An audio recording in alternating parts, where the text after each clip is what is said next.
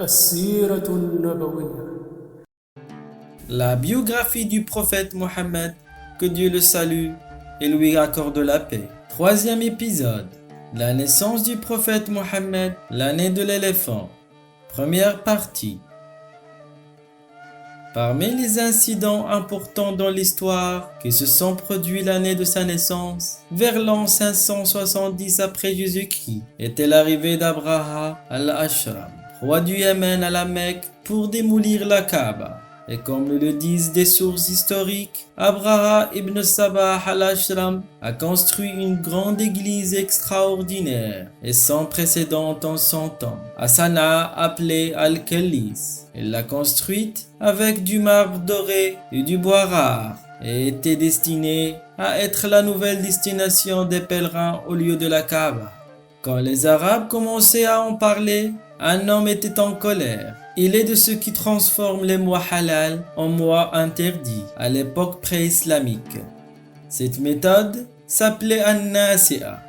Dieu Tout-Puissant a dit: le report d'un mois sacré à un autre est un surcroît de mécréance. Par là, les mécréants sont égarés une année et le font profane, et une année et le font sacré, afin d'ajuster le nombre de mois qu'Allah a fait sacré. Ainsi rend-il profane ce qu'Allah a fait sacré. C'est un homme de Bani Fakim ibn Uday ibn Amir ibn Talaba ibn Harith ibn Malik ibn Kinana ibn Khuzayma ibn Mudrika ibn Ilyas ibn Mudar. Hudayfa ibn Abdullah ibn Fakim a été le premier à inventer An-Nasi'a. L'homme en colère, comme nous l'avons mentionné précédemment, et son nom est Kinani. Il est allé à Al-Khalis et a déféqué dedans la nuit. Puis, il est sorti et a rejoint sa terre. Quand Abraha apprit que l'homme en colère avait fait cela, il est devenu très en colère et a jugé d'aller à la Kaaba et de la démolir pour mettre fin à son existence. Quand Abraha est arrivé à Taïf, après avoir vaincu les Arabes qui l'ont attaqué, il a envoyé un homme de l'Abyssinie s'appelle Al-Aswad ibn Maksoud.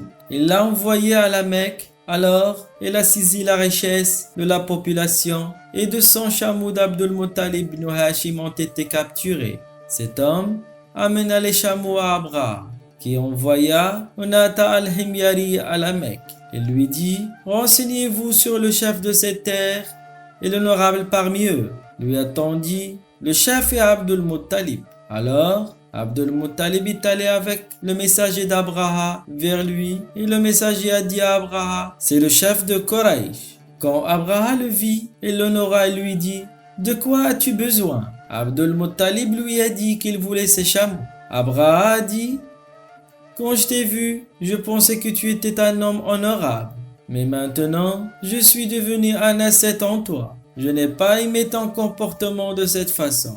Tu me parles des chameaux que je t'ai pris et tu me parles pas de la Kaaba que j'envisage la détruire, qui est ta religion et la religion de tes ancêtres. Abdul Muttalib lui répond: je suis le seigneur des chameaux et cette maison qui est la Kaaba a un seigneur et elle va la protéger. Abraha lui a rendu ses chameaux alors qu'Abdul Muttalib s'est retourné vers Quraysh. Il leur a dit la nouvelle et leur a ordonné de quitter la Mecque et de prendre des précautions dans les montagnes et les récifs par peur sur eux de l'armée d'Abraha. Puis Abdul Muttalib s'est levé et a fermé la porte de la Kaaba. Un groupe de Quraysh s'est levé avec lui. Ils ont prié Dieu pour les aider à combattre Abraha et son armée. Quand Abraha était prêt à entrer dans la Kaaba et à préparer son grand éléphant Mahmoud, alors ils ont commencé à diriger l'éléphant vers la Kaaba. Il n'a pas quitté sa place. Et quand ils l'ont dirigé vers le reste des directions, il commençait à s'agiter encore et encore. Le nombre d'éléphants à cette conquête d'Abraha est de 13. Et bien qu'il le soit, Dieu leur a envoyé un groupe d'oiseaux de la mer appelé Ababil. Chaque oiseau avait 3 pierres, une sur son bec et 2 sur ses pattes. Les oiseaux leur ont jeté ces pierres à la taille des pois chiches et des lentilles. Les oiseaux les ont frappés avec ces pierres et les ont tués. Dieu a envoyé un torrent et les a jetés à la mer. Et celui qui est resté indemne s'est enfui avec Abraha au Yémen. mais avec des blessures mortelles. Quant à Abraha, qui a été touché par les pierres magiques du bon Dieu, ses organes ont commencé à tomber et elle a à peine atteint Sanaa, jusqu'à que sa poitrine se brise de son cœur et meurt immédiatement. C'est pourquoi son fils Yaksum régna à sa place. En vue de l'importance de cet incident, les Arabes ont commencé à le dater et il a été appelé l'année de l'éléphant.